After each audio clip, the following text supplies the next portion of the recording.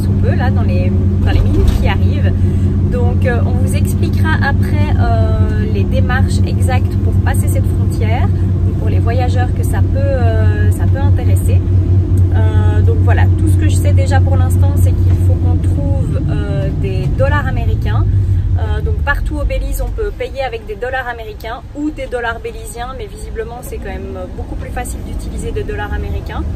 Et sur le site de la frontière, de la douane, on ne peut pas retirer d'argent. Donc il faut absolument qu'on ait de l'argent avec nous. Donc voilà, là, première étape, on va chercher des dollars et ensuite on se dirigera vers la frontière. Donc bien sûr, je ne peux pas vous filmer la frontière, peut-être que j'essaierai de vous filmer juste l'arrivée. Et puis ensuite, on vous reprendra juste après pour vous expliquer toutes les démarches. Voilà, on arrive sur le site de la frontière et puis je vous reprends après. Donc ça a pris 30 secondes pour aller faire tamponner les passeports dans la partie mexicaine. On vous expliquera vraiment toutes les démarches après, mais là pour faire court, on n'est plus au Mexique et on n'est pas encore au Belize, on est entre deux. Alors donc première étape, si vous souhaitez passer la frontière entre le Mexique et le Belize, c'est de vous rendre à la douane mexicaine, donc pour valider votre sortie de territoire. En fait, quand vous arrivez sur le site de la douane, sur votre droite, vous avez donc le bureau des douaniers mexicains. Donc en fait, on s'est garé, on est sortis tous les quatre. On pensait qu'on devrait peut-être attendre un petit moment. Au final, un douanier est venu à notre rencontre.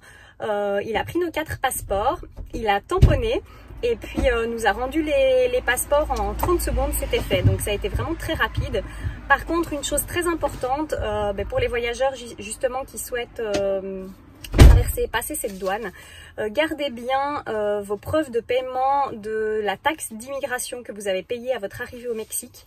Donc je pense que c'était l'équivalent environ de 100 dollars américains pour la famille. C'est très important d'avoir les preuves de paiement parce que sans ça, il risque de vous demander de repayer. Donc ce serait quand même vraiment dommage. Donc nous on les avait, donc il a juste vérifié les documents. Comme je vous l'ai dit, il a mis le tampon sur nos passeports, ça a pris 30 secondes, ça a été vraiment super rapide.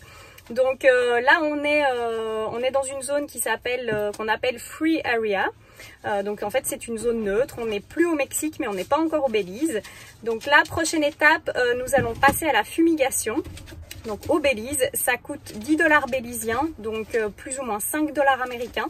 Et en fait c'est un produit je pense antiseptique, vermifuge il me semble, peut-être vermifuge.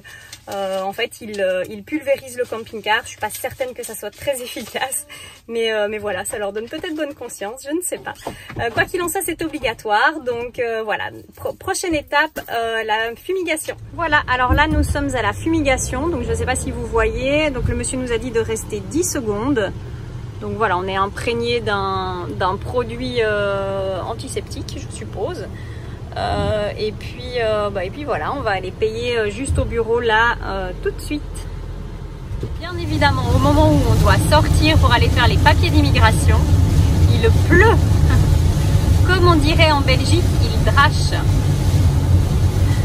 Donc on va chercher les bureaux pour l'immigration. Il fait très très chaud. Lourd, mais voilà, encore une petite pluie tropicale.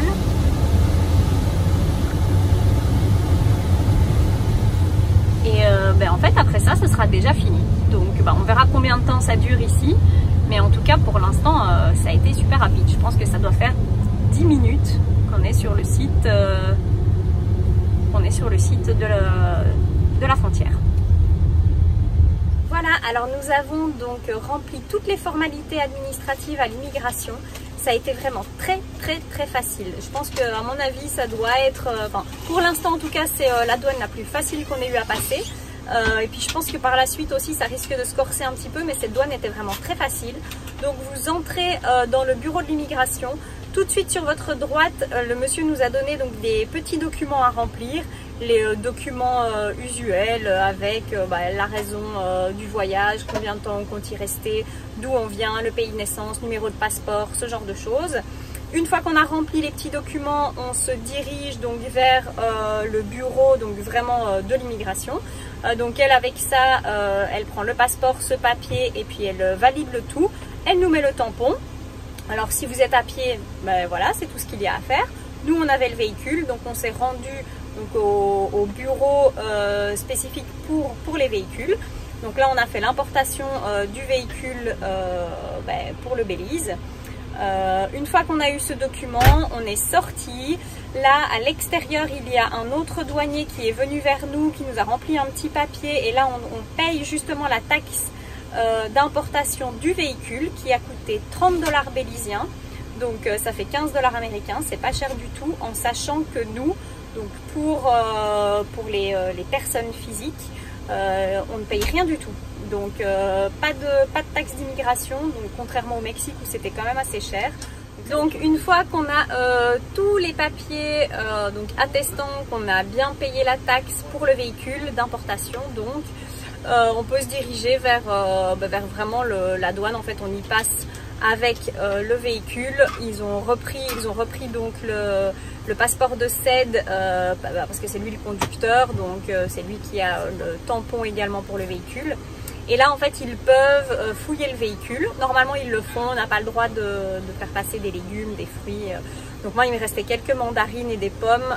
Je les ai pas jetées, donc je les avais mis dans une armoire. Et puis, en fait, il n'est même pas entré dans le véhicule. Donc, il était juste à côté de moi. Il m'a demandé ce que j'avais. J'ai ouvert le frigo, donc qui est juste là. Et comme ça, je lui ai montré 2-3 trucs. Je lui ai montré quelques pots de yaourt, un paquet de fromage. Et il m'a dit, ok, c'est tout bon. Je lui ai dit qu'on avait un pain. Pas d'alcool, pas de cigarettes, voilà, et en fait il n'est pas du tout monté dans le véhicule, donc ça a été super simple. Franchement, les formalités, c'est vraiment très simple. Donc j'espère avoir été claire dans toutes mes explications. Si ce n'est pas le cas, n'hésitez pas à me poser des questions en commentaire, j'y répondrai avec plaisir. Donc voilà, en fait tous les papiers sont faits pour le Belize, donc l'assurance est obligatoire ici, il faut la prendre sur le sol bélizien donc maintenant, on se dirige vers le bureau d'assurance et Cédric va aller chercher l'assurance. C'est ouvert le dimanche, donc on est trop contents. Et puis voilà, ça y est, on est au Belize. Alors au Belize, donc l'assurance, donc il faut prendre une assurance directement donc dans le pays. Donc en fait ici, ce qui est facile, c'est que donc vous voyez tous les bureaux sont là. Et le bureau des assurances est juste là, donc on va aller voir. Visiblement c'est ouvert, donc c'est cool malgré le fait qu'on soit dimanche, parce que sans ça je pense qu'on aurait dû attendre ici jusqu'à demain matin pour ne pas prendre de risques. Donc voilà, Cédric va aller faire l'assurance et puis on vous dira combien elle nous a coûté. Salut à tous. Alors voilà, donc je viens d'aller chercher l'assurance pour le véhicule et donc nous on a pris une assurance pour 15 jours. Donc le bureau d'assurance en fait se trouve juste en face de la douane à la sortie et c'est extrêmement rapide. Donc j'ai pris une assurance pour 15 jours et cette assurance là m'a coûté 58 $ bélysiens, ce qui revient à 29 $ US. Donc c'est pas très cher.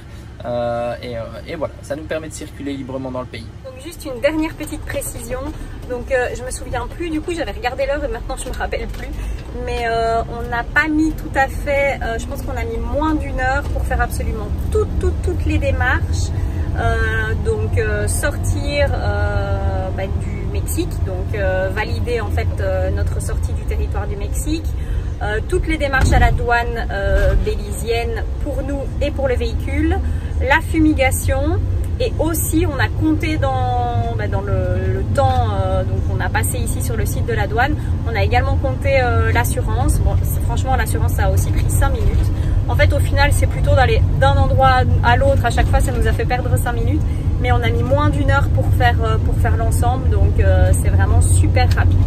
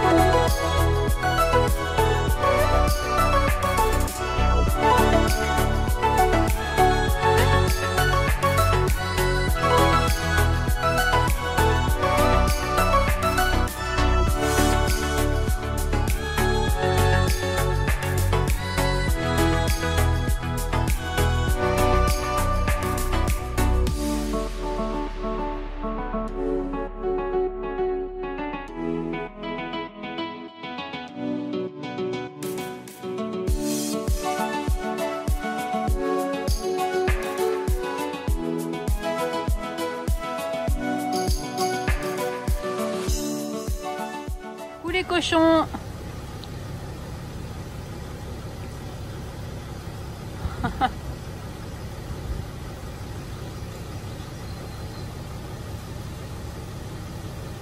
Alors on vient juste d'arriver à notre premier spot du Belize. On va installer Mani, je vous montre ça.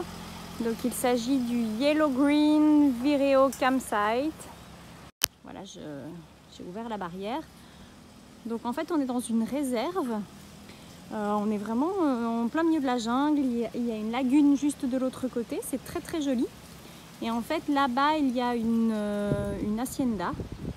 On paye à l'hacienda et puis on peut venir se mettre ici dans le camp. Donc je vois qu'il y a 2 tentes là-bas. Je vais refermer la barrière et je vous reprends tout de suite. Alors on est en train de regarder où on va s'installer. Ouais, là si je monte comme ça. Ouais, c'est une bonne idée. C'est pas mal. Parce qu'en fait il a plu pas mal, du coup le sol est tout humide, tout mouillé. Donc pour ceux qui sont en tente, il y a des toilettes et des douches là-bas. Bon, apparemment les douches sont pas terribles, mais bon, en tout cas il y a de l'eau. C'est vraiment très joli. C'est très vert. En fait, on est quand même vraiment déjà dépaysé par rapport au Mexique. C'est fou, on a fait que quelques kilomètres. Enfin, on a fait, je pense, quand même une petite centaine de kilomètres depuis la frontière, en sachant que le pays est petit. Et puis, en fait, aux abords des routes et tout ça, c'est très sale. Enfin, c'est sale, comme au Mexique. Par contre, on s'est rendu compte que dans les villages, les maisons, c'est très très bien entretenu. Et les jardins sont très propres, contrairement au Mexique. Donc, vous voyez ici, par exemple, il n'y a rien qui traîne. Il n'y a pas du tout de déchets nulle part. Au Mexique, en fait, plus on s'enfonçait dans les petits villages reculés, plus c'était sale en fait. Les gens se servaient de leur propre jardin comme d'une décharge.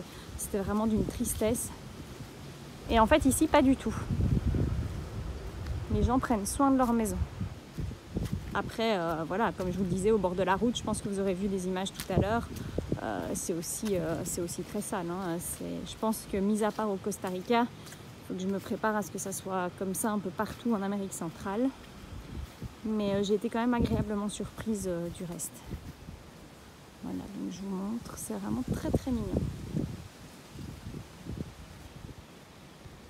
Alors Ced a déjà vu plein d'oiseaux de toutes les couleurs.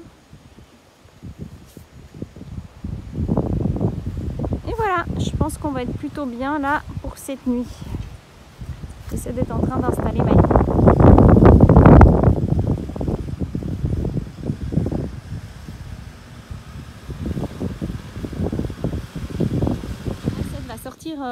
La grande valise, comme ça on va pouvoir préparer les valises justement pour aller à Quicolqueur, 5 jours à l'hôtel, ça va nous faire du bien. Alors donc aujourd'hui c'était notre dernier jour au Mexique et c'est le dernier jour au Mexique que j'ai enfin trouvé des drapeaux pour coller sur Mani. Alors le seul problème c'est qu'en fait on a dû les faire imprimer, donc on était dans un magasin bureautique comme ça, et donc en fait ils ont pu nous les imprimer. Donc ils m'ont mis le papier le plus plastifié possible. Je suis pas certaine que ça va vraiment tenir dans la longueur, dans le temps, mais voilà, en fait on en a du coup un certain nombre, on en a 9, et je vais déjà aller en coller un, et puis on verra combien de temps ça dure. Alors, donc je venais pour coller le sticker du Mexique, et en fait je me rends compte que celui du Canada il est en train de se décoller complètement. En tout cas il y a un film transparent par dessus, j'ai essayé de l'enlever, mais du coup ça arrache un peu la couleur en dessous. Et puis en fait je me rends compte aussi que à chaque fois c'est plus petit, donc c'est à chaque fois des dimensions différentes. Ce que je vais faire, c'est que quand on rentrera en Europe, je recommanderai sur un site spécialisé en stickers d'extérieur, je recommanderai un drapeau de chaque pour avoir déjà toutes les mêmes dimensions, et puis surtout pour que ça soit résistant, quoi. Voilà, je le mets et je vous montre. Alors voilà ce que ça donne, sauf que forcément j'avais pas remarqué étant donné que c'était collé sur du blanc. Ils n'ont pas imprimé, donc l'imprimé n'est pas sur du blanc au milieu, mais c'était sur du transparent. Donc voilà, c'est moyen, mais étant donné que j'en trouvais pas du tout, c'est vraiment une catastrophe. Les stickers du Mexique, j'en ai trouvé nulle part en 2 mois et demi. Les États-Unis, je me rappelle que j'ai vraiment eu du bol, genre sur la fin des États-Unis, il me semble que c'était à Newport Beach ou à Laguna Beach que j'avais trouvé. Et au Canada, c'était dans un magasin de souvenirs. J'aurais sans doute dû en acheter un plutôt dans un magasin d'automobile ou quelque chose comme ça, mais voilà. Donc ça restera comme ça pour l'instant, et puis voilà, comme je vous le disais, je remplacerai tout ça. Et voilà, on quitte notre endroit. Notre première nuit bélisienne, c'était super bien, on a très bien dormi.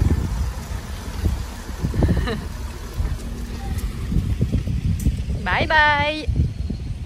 Ça y est, alors on vient juste d'arriver à l'aéroport, donc je suis trop impatiente. Donc là on va récupérer donc ma meilleure amie Laetitia. On est amis depuis plus de 20 ans toutes les deux.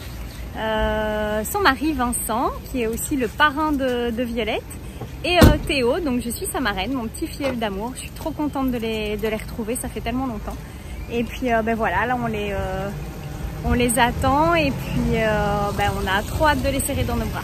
Ici, tout comme au Mexique, bon, il n'y a pas vraiment, l'aéroport est petit, et donc il n'y a pas, on ne peut pas rentrer à l'intérieur pour attendre les arrivées. Donc voilà, on attend dehors. Tout le monde attend, on profite du wifi. Violette, tu es contente? Parrain, Letty et Théo vont arriver? Oui.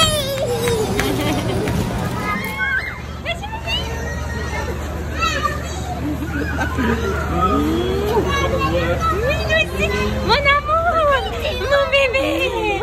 Salut mon cœur.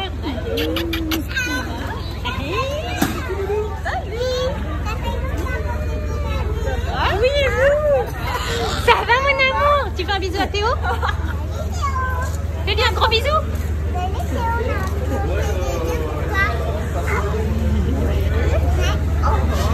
Mais tu fais un gros bisou? Un bisou. Oui. C'est un parking donc, qui était repris sur iOverlander pour laisser Mani. Donc on paye 10 $ américains par jour. Et donc voilà, on est tous prêts, on va prendre le bateau. Donc le parking est surveillé, donc ça c'est top. On va prendre le bateau et puis on se dirige vers l'île de Kikoker. Alors je vais conclure donc cette vidéo ici. Donc il n'y avait pas beaucoup de paysages dans cette vidéo, mais voilà, donc on a passé la frontière, on a récupéré nos amis. Prochaine vidéo ce sera à Kikoker, donc c'est pour ça que j'ai envie que ça soit vraiment une vidéo à part entière. Donc voilà, tout le monde est là, les enfants jouent. On attend le bateau pour Kikoker, donc on espère quand même que cette vidéo vous a plu, que les informations donc, pourront servir à d'autres voyageurs pour passer la frontière entre le Mexique et le Belize. Et puis on vous fait de gros bisous, n'hésitez pas à liker la vidéo, à vous abonner si ce n'est pas déjà fait, et je vous dis à bientôt.